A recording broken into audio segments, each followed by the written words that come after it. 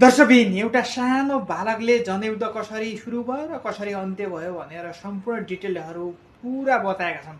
यो भिडियो हेर्नुहोस्। स्वागत छ महोदय।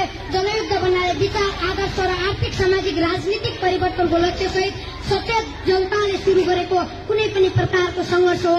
नेपालमा जनयुद्ध भन्नाले 250 वर्षसम्म विद्यमान एकात्मक साम्राज्यवादी सामन्ती सत्ताको अन्त्य गर्दै देशभित्रको आर्थिक सामाजिक राजनीतिक र मानवीय जीवनशैलीको युगान्तकारी परिवर्तन सम्भव तुल्याएको नेपाली जनता मार्फत सुरु गरिएको क्रान्ति हो।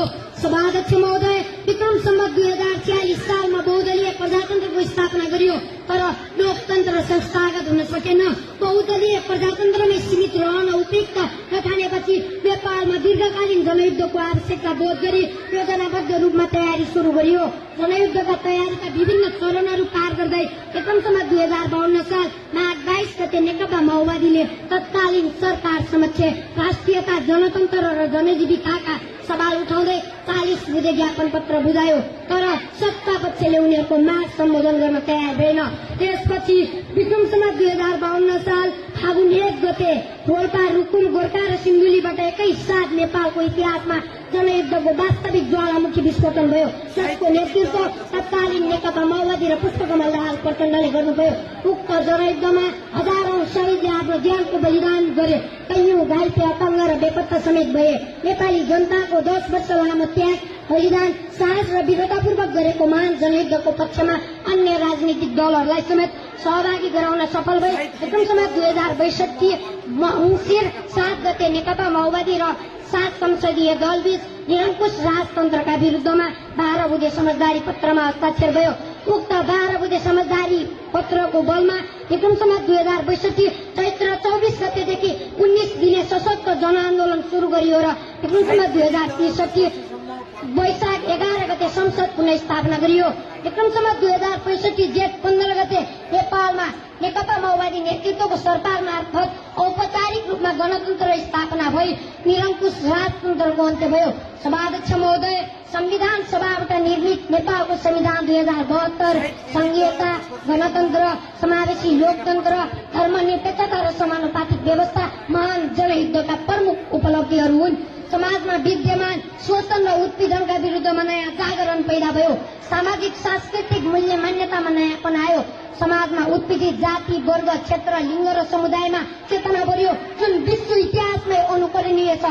सामन्तवाद र नवोदारवादी पुँजीवादको विरुद्धमा लडाईँ छेडेर हरेक तह र तबकाका समुदायलाई जुरुक्क उठाउने काम पक्कै पनि जनयुद्धकै कारण सम्भव भएको हो भन्नमा कुनै दुविधामा छैन।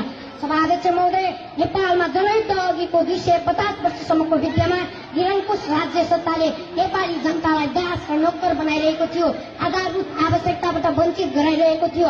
राज्यका हरेक नेतृत्व क्षेत्रमा र निर्णायक क्षेत्रमा एक छत्र परिवारवाद कायम थियो।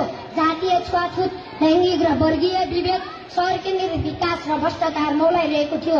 यही अन्धकारको भुमरीबाट नेपाली जनतालाई उज्यालोको दियो बल्दै अग्रगामी छलाङ मार्यो महान जनयुद्धले।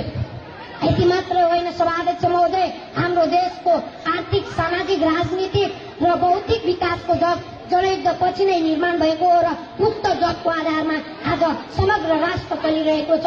महान जनयुद्धकै संघर्ष र बलिदानीका कारण आज सिंहदरबारको अधिकार गाउँ गाउँमा पुगेको छ। सभाध्यक्ष महोदय, संविधानमै आरक्षणको व्यवस्था गरी समाजमा उत्पीडित जाति, वर्ग, क्षेत्र, लिङ्ग र समुदायलाई माथि उठाउनु महान जनयुद्धको महत्वपूर्ण उपलब्धि हो।